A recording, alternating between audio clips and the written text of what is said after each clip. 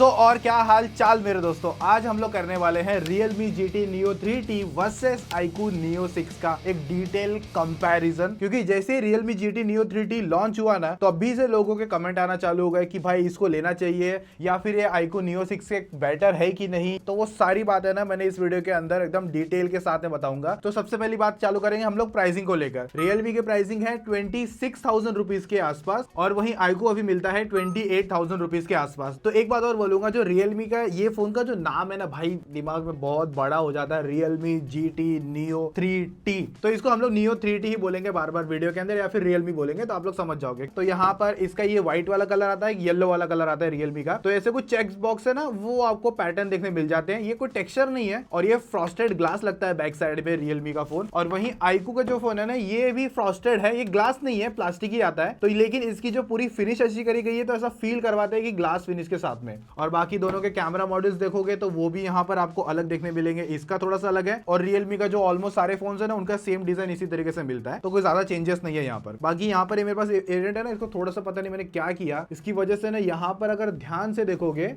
तो कुछ स्क्रैच जैसा हो चुका है। गलती से मैंने कुछ रगड़ वगड़ पता नहीं क्या मैंने कर दिया कहीं। तो इस पर बस ये जो कवर लगाने की वजह से जो नैनो स्क्रैच आते थे ना, वो यहाँ पर विजिबल हो चुके हैं। तो वो भाई थोड़ा सा हेडेक ही रहता है। हालांकि साइड फ्रेम इसका और इसका दोनों का ही जो फ्रेम है ना, वो प्लास्टिक की फ्रेम आते हैं। इन हैंड फीलिंग को लेकर बोलूंगा दोनों ही अच्छे लगते हैं। ये भी पसंद आ सकता है आपको, ये भी पसंद आ सकता है। बस इसका जो एक ग्रेडियंट फिनिश है ना Neo 6 का, ये कलर का, वो थोड़ा सा ज्यादा मुझे ना क्लासी लगता है। तो ये भाई Neo 6 ये कुछ 190 ग्राम और यहाँ पर 194 ग्राम सिमिलर है। और कवर लगा दोगे तो 10-12 ग्राम और बढ़ जाएंगे। इन हैंड फीलिंग में दोनों भारी नहीं लगते हैं, ना Neo 6 भारी लगता है ना Realme भारी लगता है। और रही बात पोर्ट्स वगैरह को लेकर, तो दोनों के अंदर सेम सिम ट्रे वाला पार्ट है, माइक टाइप सी का पोर्ट है और यहाँ पर स्पीकर ग्रिल। और साइड में अगर देखोगे तो Realme में इस तरफ वॉल्यूम रॉकर आता है प्लस माइनस के लिए, और यहाँ पर फ्लैट है पूरा Neo 6 पर।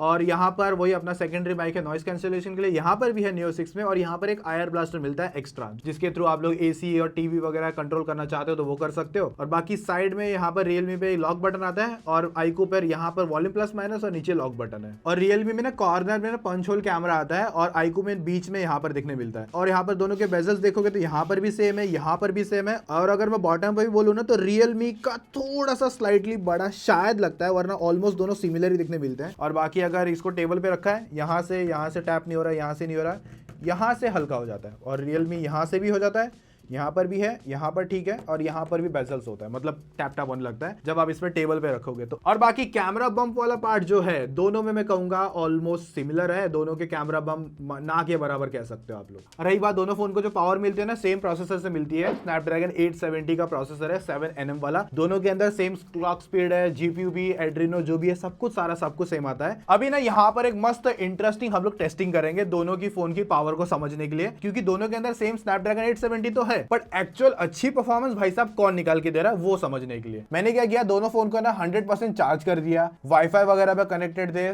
बैकग्राउंड से सारी एप्लीकेशन हमने उड़ा दी और 100% की ब्राइटनेस रख दी, वॉल्यूम भी 100% पे रख दिया, दोनों फोन के अंदर सेम कर दिया। तो जो टेस्ट हम लोगों ने स्टार्ट किया 2:45 दोपहर पे चालू किया था। रूम का टेम्परेचर भी कुछ 30 डिग्री पे था और दोनों फोन के जो टेम्परेचर है ना, वो 31-32 डिग्री के आसपास में ही थे। तो सबसे पहले हमने निकाला Antutu बेंचमार्क। जो सबसे ज्यादा स्कोर निकल कर आया ना, वो भाई iQOO Neo 6 में था, 7,28,000 के आसपास में। सेकंड टाइम हम लोग मतलब ये Antutu बेंचमार्क रन करते हैं, तो यहाँ पर इस बार भी क्या हुआ कि हमें दोनों टाइम में जो Antutu बेंचमार्क के स्कोर ज्यादा देखने मिले, वो iQOO Neo 6 में थे। Realme में थोड़े से कम स्कोर निकल कर आ रहे थे। फिर Geekbench 5 ट्राई किया हम लोग ने, और उसमें जो सिंगल कोर पे जो विन कर रहा था वो था अपना Realme, और जो मल्टी कोर पे अपना iQOO विन कर रहा था। और यहाँ पर दोनों फोन के अंदर जो जीपीयू स्कोर्स होते हैं ना, वो भी मैंने निकाले हैं। तो और देख सकते हो भाई कौन भाई साहब वास्तव में आगे निकल कर आता है। फिर हम लोग ने सीपीयू थ्रॉटलिंग टेस्ट करके देखा कि भाई कहां पर कौन सा फोन थ्रॉटल करता है। 80% पर हमें देखने मिलता है iQOO, और 87% का जो थ्रॉटल स्कोर था वो इसमें आ रहा था अपना Realme में। लेकिन अभी आप बोलोगे कि भाई मस्त स्कोर है, लेकिन अब रियल परफॉर्मेंस थोड़ी सी अलग है, क्योंकि यहाँ पर जो मैक्स जो जिप स्कोर देखेंगे ना, वो iQOO में ज्यादा मिलते हैं, मतलब 2,68,000 एवरेज जिप स्कोर होता है ना, वहां पर भी ज्यादा निकल कर आया अपना iQOO। तो हम लोग नेक्स्ट बढ़े 3D मार्क पर। ये भाई सबसे इंटेंस होता है, एक मस्त 3D एनिमेशन होता है 1 मिनट का, और वो 20 टाइम रन करता है 3D मार्क पर। उसमें क्या निकल कर आया, जो बेस्ट जो लूप स्कोर होता है ना, वो हमें मिल रहे थे थोड़े से बेटर अपने Realme में। पर जो लो लुप स्कोर होता है वहां पर भी मुझे थोड़ा सा बेटर मिला अपना इस भाई साहब पर। यहाँ पर स्टेबल बहुत ज्यादा निकल कर आया भाई अपना आईकू, वो 82% था और इसने 63%, मतलब इसने थोड़ा सा ही रन करा और इसमें ये दिखाया कि भाई मैंने बेस्ट स्कोर निकाल के दिए। तो ये आप चीज समझो कि 870 थोड़ा सा बेटर हमें आईकू में मिल जाता है। और जो हीटिंग वाला पार्ट भी होता है ना, इस टेस्ट के बाद में हम लोगों ने चेक किया और वहां पर Realme 44 ऑलमोस्ट 45 डिग्री पर टच कर गया था और यहाँ पर आईकू 40 डिग्री के टेम्परेचर पर निकल कर आ रहा था। अभी हम लोगों ने क्या किया, दोनों फोन पर ना यूट्यूब चला दिया और वहां पर 40 मिनट का पूरा प्लेबैक हुआ, कंटिन्यूस वीडियो चल रही थी। तो अभी ये जो सारा टास्क रन हुआ ना, इतना CPU थ्रॉटल एंटूडो बेंचमार्क, उसमें बैटरी भी गई होगी। तो यहाँ पर आपको ये पता चलेगा अभी जो सबसे ज्यादा बैटरी ड्रॉप करा था ना, वो था अपना Realme, जिसमें 61% की बैटरी थी, ऑलमोस्ट 39% इसने ड्रॉप करा। और आईकू ने 66% बैटरी पर आया और वो 34% की बैटरी ड्रॉप कर चुका था। मतलब 3% ज्यादा बैटरी ड्रॉप देखने मिलता है Realme के अंदर। और जो एंड में टेम्परेचर है ना, ऑलमोस्ट सिमिलर हो गए 38-37 के आसपास में। अब रही बात, लेकिन देखो बैटरी भी है ना, वो हमें आईकू में कम मिलती है 4700 mAh के साथ में और 80 वाट का चार्जर है। और वहीं Realme पर 5000 mAh की बैटरी है और यहाँ पर भी 80 वाट का चार्जर है। मतलब दोनों अगर फोन अंदाजा लगा लो 30, 32, 35 मिनट के अंदर, मतलब 35 मिनट के अंदर दोनों फोन 0 से 100% चार्ज हो जाएंगे। तो यहाँ पर एक बात है कि आईकू के अंदर जो स्नैपड्रैगन 870 है वो तगड़ा है, खतरनाक है, मस्त निकल कर आता है, एक अच्छी परफॉर्मेंस निकाल के देता है। यहाँ पर आपको थ्रॉटल नहीं करवाता जैसे कि Realme करवा रहा था उस तरीके से, तो वो एक बेस्ट चीज निकल कर आई। और जो बैटरी वाला पार्ट है वहां पर भी आगे है, एक तो इसने हैवी टास्क भी रन करे और उसमें भी इसने बैटरी बैकअप भी ज्यादा दिया है, जबकि इसके अंदर बैटरी कम है, 4700 mAh की बैटरी है फिर भी। और रही बात, अभी ऑफ कोर्स आप लोग पूछने वाले हो कि दोनों के अंदर में किस में अच्छी गेमिंग मिलने वाली है, Realme में या आईकू में। तो यहाँ पर है ना, Realme आपको ऑल ग्राफिक्स में 60 FPS दे देता है, बट वहीं आईकू Neo 6 ऑल ग्राफिक में 60 तो देता है, बट स्मूथ के अंदर आपको 90 FPS की गेमिंग करने का मौका भी देता है। अभी एक बात बोलूंगा, दोनों फोन के जायरोस्कोप सही निकल कर आते हैं, कोई टेंशन नहीं है। अब यहाँ पर आप लोग पूछोगे कि 90 FPS आईकू के अंदर मस्त है कि नहीं, तो मैं इतना बोलूंगा, थोड़ी देर गेमिंग करने के बाद में 90 तो नहीं रहता, 80, 75, 70 ऐसे एफपीएस रहते हैं, ऐसे चलते चलते फिर थोड़ा सा ड्रॉप करके नॉर्मल 60 पे आता है, या उससे कभी कभी हल्का सा नीचे आता है, हल्का सा, फिर थोड़ा सा चलने के बाद में फिर ऊपर वापस जाता है, मतलब 70, 80, 85 ऐसे चलेगा। मतलब ऐसे बोलता है झूलता हुआ जो 90 एफपीएस है ना, वो मिल जाता है। बाकी आईकू Neo 6 के अंदर जो 60 एफपीएस की परफॉर्मेंस है स्नैपड्रैगन 870 के साथ में, जो हीटिंग भी यहाँ पर कंट्रोल है वो काफी ज्यादा अच्छी है। तो एक बात बता दूं, टीडीएम मैचेस हो गए, इरांगल मैचेस हो गए, और दोनों के अंदर मैंने 60 एफपीएस कांस्टेंट परफॉर्मेंस देखा है आईकू के अंदर, और बूट कैंप पर भी इतना कहूंगा 60 एफपीएस कांस्टेंट निकालता है, बीच में थोड़े बहुत हल्के फुल्के ड्रॉप तो भाई मिल जाते हैं, उसको ज्यादा मैं कोई नहीं कहूंगा, मतलब बोलूंगा कि एकदम 60 है, थोड़ा बहुत हल्का फुल्का हो जाता है, लाइक कभी कभी 58 पर भी आ गया, 57 पर भी आ गया हल्का फुल्का एफपीएस। बट जो रियलमी है ना, इसमें थोड़ा सा प्रॉब्लम है, ये प्रॉपर कंसिस्टेंट परफॉर्मेंस नहीं निकालता है। टीडीएम पर भी मैंने नोटिस किया था कि ठीक ठाक मतलब 60 चल रहा था, बट जब हम लोग बूट कैंप पे जा रहे थे ना, तो वहां पर इसने 45, 40 इस तरीके के ड्रॉप करे थे और बीच गेम में भी कर दिए थे। फिर जब मैं अपना इरांगल मैचेस में भी जा रहा था तो वहां पर भी मुझे ड्रॉप मिले, लाइक 50-55 के आसपास वाली गेमिंग मिल रही थी। तो एट दी एंड अगर सिंपल बता दूं आपको, गेमिंग में कौन ज्यादा अच्छी परफॉर्मेंस निकाल के देगा इतना समझ लो, वो होगा अपना आईकू होगा, वो मस्त गेमिंग करवा देगा आपको इस भाई साहब से, क्योंकि इसका 870 अच्छी तरीके से ऑप्टिमाइज्ड है और साथ में जो कूलिंग वाला पार्ट है वो भी बेटर है।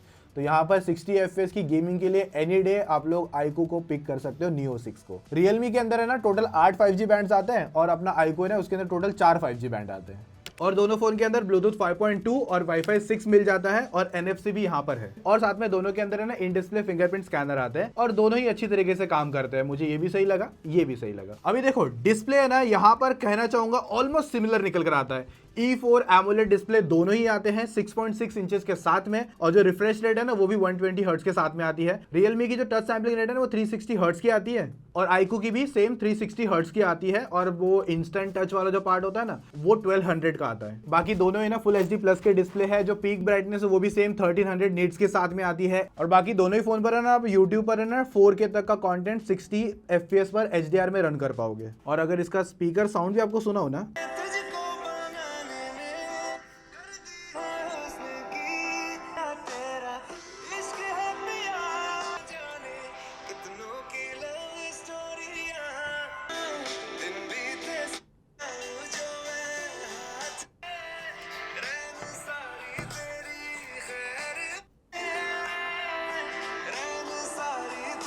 तो अगर मैं सिंपल में बताऊं ना किसका स्पीकर ज्यादा बेटर है, तो वो आईकू का निकल कर आता है। क्लियर है, क्रिस्प निकल कर आता है। ऐसा नहीं कि मतलब बस बज रहा है, लाउड बजने के लिए नहीं है, अच्छी तरीके से सुनाई देगा।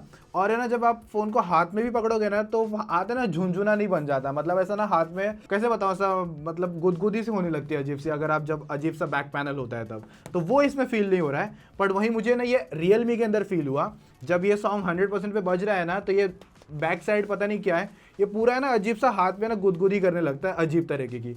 और ये ना साउंड को ना एक्स्ट्रा पुश करने की कोशिश करता है, क्रिस्प और क्लियर नहीं आता है। तो यहाँ पर साउंड के मुकाबले में मैं जो विन मानूंगा वो आईकू है। और दोनों के अंदर ऑफकोर्स वो 3.5 इंच के गड्ढे नहीं आते। तो देखो साइड बाय साइड अगर डिस्प्ले को कंपैरिजन करूंगा ना, तो मुझे आईकू नियो 6 का डिस्प्ले थोड़ा सा मल्टीमीडिया के हिसाब से बेटर लग रहा है, क्योंकि जो कलर है ना वो सैचुरेटेड थोड़े से पुश होके आते हैं, ओवर सैचुरेट नहीं है, थोड़े से पुश होके आते हैं, जिसकी वजह से जो कंटेंट विजिबिलिटी है, जो देखने का जो एक्सपीरियंस है ना, वो आपको अच्छा लगेगा। रियलमी का थोड़ा सा मतलब होता है ना डी सैचुरेटेड है हल्का सा आईकू के मुकाबले। वरना अगर आप रियलमी को अलग लेके जाओगे, सिंगल देख रहे हो, तो कोई आपको फील नहीं होगा, खराब नहीं लगेगा, सब अच्छा है, वो भी सेम अच्छा लगेगा और आईकू का भी सेम अच्छा लगेगा। बट दोनों को साइड बाय साइड अगर देखूंगा ना, तो कलर हल्के से ज्यादा जो पॉप होके आते हैं ना, वो भाई साहब आईकू के अंदर लगे मुझे। बट मल्टीमीडिया में कहूंगा दोनों ही अच्छे हैं। और जब मैं नॉन एचडीआर कंटेंट ऐसे प्ले कर रहा हूँ यूट्यूब पर, तो भाई ऑलमोस्ट दोनों मुझे सिमिलर लग रहे हैं, कोई ज्यादा चेंजेस नहीं है। बस यहाँ पर बस माइनर सा एकदम मतलब बस कंपैरिजन करना ही है, तब मैं बोलूंगा कि आईकू हल्का सा इतना सा सैचुरेट लगता है। मतलब दोनों की डिस्प्ले में ऑलमोस्ट सिमिलर ही पकड़े चलता हूँ, दोनों ही अच्छी निकल कर आती है, दोनों ही E4 पैनल के साथ में है। और जो इनकी पीक ब्राइटनेस है वो 1300 नीट्स के साथ में। तो इंडोर में तो आपको इतनी सी भी प्रॉब्लम नहीं आने वाली, ना ही आउटडोर में आपको प्रॉब्लम आने वाली है। दोनों के जो डिस्प्लेज है मतलब आराम से विजिबल हो जाते हैं किसी भी लाइट कंडीशन के अंदर। और अभी यूआई एक्सपीरियंस को लेकर तो रियलमी में आता है रियलमी UI 3.0 और आईकू के अंदर आता है FunTouch OS 12। दोनों के अंदर Android 12 इंस्टॉल है, मतलब लेटेस्ट मेरे में यही आ रखा है। किसी के अंदर आईकू नियो 6 के अंदर Android 13 भी आ चुका है, बट स्टिल मेरे में अपडेट नहीं आई है। आईकू का जो FunTouch OS है ना, मुझे उतना ज्यादा कुछ प्रॉब्लम नहीं लगता, क्लीन क्रिस्प और ज्यादा कोई तामझाम नहीं है। जैसे इसका UI देख लो, मैंने इसे खोला, कुछ ज्यादा चीजें नहीं आई ना पंगे, बट वही रियलमी का खोल के देखते हैं तो ये देखो, और सजेशन एंड ऑल वगैरह वो सारा चीज आने लग गया। हालांकि ये चीजें आप जाके बंद कर सकते हो, बट फिर भी थोड़ा सा अनोइंग लगता है कभी कभी मुझे। बाकी दोनों फोन की तो हैप्टिक्स वगैरह है ना, वो मुझे पसंद आई है। यहाँ पर इस पे भी कुछ करता हूँ तो जैसे रिसेंट कर दिया तो यहाँ से भी फीडबैक आ रहा है और इसमें भी हल्का सा फीडबैक आता है। पर जो हल्का सा ज्यादा पुश मारता है ना, मतलब जो फीडबैक वाला पार्ट है, वो भाई साहब है रियलमी के अंदर हल्का सा ज्यादा। बाकी रही बात कैमरास को लेकर, तो दोनों फोन के अंदर जो मेन कैमरा है 64 मेगापिक्सल का है, बट आईकू के अंदर आपको f1.9 के साथ में मिलता है और रियलमी के अंदर आपको f1.8 के साथ में मिलता है। लेकिन यहाँ पर आईकू में OIS आता है और रियलमी के अंदर OIS नहीं आता है, जो ऑप्टिकल इमेज स्टेबलाइजेशन है ना, वो वाला पार्ट। और दोनों फोन के अंदर जो अल्ट्रा वाइड है ना, वो दोनों में 8 मेगापिक्सल के साथ में आते हैं, बट रियलमी का ना 119 डिग्री पर वाइडर मिलता है और आईकू का 116 डिग्री पर। और बाकी जो तीसरा कैमरा है वो यूजलेस, वो 2 MP का मैक्रो मिल जाता है। और जो सेल्फी कैमरा है दोनों के अंदर 16 मेगापिक्सल का निकल कर आता है। बट जो आईकू का है ना, वो f2.0 के साथ में आता है और वहीं रियलमी का f2.5 के साथ अपर्चर के साथ में आता है। और दोनों ही फोन मेन कैमरास पर 4K at 60 FPS की वीडियो रिकॉर्ड कर सकते हैं और फ्रंट सेल्फी कैमरा पर 1080p 30 FPS पर ही आप वीडियो रिकॉर्ड कर सकते हो। 60 का भी ऑप्शन नहीं दिया है। अभी बात आती है कैमरा वर्डिक्ट को लेकर, किसका कैमरा अच्छा निकल कर आता है। तो मैंने इतना नोटिस किया कि रियलमी के अंदर जो डिटेल्स है ना, समटाइम गुड अच्छी निकल कर आती है और जो स्किन टोन है ना, वो भी ऐसे मस्त देखने मिल जाते हैं। बट और वहीं अपना जो सेल्फी वाला पार्ट हो गया, जो बेसिकली HDR वाला पार्ट हो जाता है, वहां पर भी मैं दोनों टाइम नोटिस कर रहा था ना, तो सेल्फी भी यहाँ पर हमें इस रियलमी में भी थोड़ी बहुत बेटर मिल रही थी, आईकू में भी ठीक ठाक निकल कर आ रही थी। मतलब कंपटीशन करवा रहे हो ना, तब थोड़े बहुत पॉइंट्स ऊपर नीचे होंगे, वरना सिमिलर अकेले देखोगे ना तो ये भी पसंद आएगा और ये भी पसंद आएगा। और मैंने ये भी नोटिस किया है कि समटाइम है ना, जो रियलमी है ना, जो स्किन टोन है ना, वो पिंकिश कर देता है, थोड़ी सी अलग से निकाल के दे देता है। और मैंने इतना नोटिस किया था कि जो हेयर डिटेलिंग वगैरह हो गई ना, वो मुझे थोड़ा सा ज्यादा मतलब थोड़ी सी डिटेल वाली फोटो यहाँ पर आईकू में निकल कर आ रही थी। सेल्फी वाला कैमरा है ना, वो रियलमी में थोड़ा सा बेटर निकल कर आता है और थोड़ा सा वाइडर भी निकल कर आता है कंपेयर टू आईकू से। तो अभी देखो मेन कैमरा में मैंने क्या नोटिस करा था कि जो HDR वाली फोटो है ना, रियलमी में थोड़ी सी प्रॉब्लम निकाल के देता है, और जो अल्ट्रा वाइड है ना, वहां पर भी HDR में मुझे प्रॉब्लम लगी थी, और वहीं आईकू इस पे अच्छा निकल कर आता है। वहां पर ये अगेंस्ट द सन हो गया, वो भी जो फोटोज है ना, वो भी काफी मतलब होता है ना, आई प्लीजिंग निकाल के देता है। और यहाँ पर रियलमी है ना, कभी कभी कुछ फोटोज पे जो ना कलर है ना, चीजें ना पॉपअप करके देता है। और आईकू के कैमरास पर पर है ना अल्ट्रा वाइड पे भी जब आप ह्यूमन सब्जेक्ट की फोटोज खींचते हो ना, तो वहां पर भी डिटेल आपको अच्छी मिल जाती है, और जो पोर्ट्रेट है ना वो भी यहाँ पर थोड़ा सा बेटर और थोड़ा सा नेचुरल निकल कर आता है। और 2x की कुछ फोटोज खींची थी, वहां पर ही मुझे आईक्यू थोड़ा सा बेटर लगा। और जो एक्सपोजर को जो अच्छे से मेंटेन करने वाला पार्ट हो गया, सन के हिसाब से अगर जो निकल कर कुछ फोटोज आती है ना, तो वहां पर भी पिक्चर को अच्छी तरीके से मेंटेन करता है आईक्यू। तो अगर मैं इतना बता दूं ना सिंपल तरीके से कि क्या होता है ना, समटाइम मुझे ना रियलमी की कुछ फोटोज पसंद आ रही थी और समटाइम मुझे ना आईक्यू की कुछ फोटोज पसंद आ रही थी। तो एट द एंड ऐसा है कि कहीं पर ये मेन कैमरा से अच्छा आ जाता है, कहीं सेल्फी पे रियलमी थोड़ा सा बेटर निकल कर आ जाता है। तो मेरा जो वर्डिक्ट है ना, लाइक ना कभी कभी 19-20 का यहाँ पर आप फर्क कह सकते हो। और फिर जब लो लाइट की भी बात आती है ना, तो वहां पर जो बिल्डिंग वगैरह में जो डिटेल वगैरह निकल कर आई थी पीछे मेन और अल्ट्रा वाइड में, वहां पर मुझे आईक्यू बेटर लगा। और समटाइम कभी कभी क्या होता है कि रियलमी में भी ना वो डिटेल हल्की फुल्की आ जाती है, बट मोस्ट ऑफ टाइम है ना कंसिस्टेंट जो निकाल के देता है ना वो आईक्यू आता है। सो भाई ये था मेरी तरफ से सारा बात यहाँ पर डिटेल में घुसकर Realme GT Neo 3T versus iQOO Neo 6 का। और वैसे iQOO Neo 7 भी आ चुका है, अब मतलब इंडिया में नहीं आया, चाइना में भले लॉन्च हो गया है, लेकिन बहुत जल्दी शायद से मैं कोशिश कर रहा हूँ उसको ग्रैब करने की। बाकी यहाँ पर फन टच OS हो गया या Realme UI हो गया, आपको दोनों में से कौन सा बेटर लगता है वो मुझे एक बार कमेंट में बता देना। अगर कोई ऑलरेडी मतलब अपना फन टच OS वगैरह यूज़ कर रहा है तो उसका फीडबैक दे दो, Realme का OS है तो वो अपना फीडबैक दे देना, ताकि लोगों को और अच्छी तरीके से मतलब कंपैरिजन करने में ईजी हो जाए। तो यहाँ पर है ना मेरी तरफ से जो बातें सिंपल है कि अगर आपको परफॉर्मेंस के हिसाब से देखना है, मतलब गेमिंग के हिसाब से देखना है और वीडियो एडिटिंग वगैरह करते हो, तो वहाँ पर अपना iQOO बेटर आ जाएगा। और इसके अंदर कभी कभी फोटोज ठीक ठाक आ जाती है, अच्छा आता है। बाकी ओवरऑल मोस्ट ऑफ टाइम जो पॉइंट लेके जाता है ना वो मेरे हिसाब से iQOO था। बाकी आप अपना डिसीजन अपने हिसाब से बना सकते हो इस वीडियो में जज करके आराम से। तो बाकी वीडियो कैसी लगी है मुझे जरूर बताना कमेंट के अंदर। बाकी आपको लगता है ना कि कोई ऐसा कंटेंट है या कोई जो वीडियो है मुझे बनानी चाहिए, तो भाई कमेंट करके जरूर बता देना, मैं उस वीडियो पे भी काम करना मस्त में चालू कर दूंगा। और हाँ, अगर आप लोग एक और ऐसा मस्त इंटरेस्टिंग कंपैरिजन देखना चाहते हो तो यहाँ पर एक वीडियो होगी, तो चेकआउट कर सकते हो, डिटेल में घुस के सारी बातें बताई वैसे। तो मिलेंगे हम लोग है ना और ऐसे इंटरेस्टिंग वीडियोस के साथ में, तब तक आप वीडियो को लाइक कर देना, चैनल को सब्सक्राइब भी कर लेना और एक मस्त प्यारा कमेंट भी छोड़ देना। तो दोस्तों फिर मिलेंगे हम लोग और इंटरेस्टिंग वीडियोस में, तो अभी के लिए take care, tata, bye bye, जय हिंद।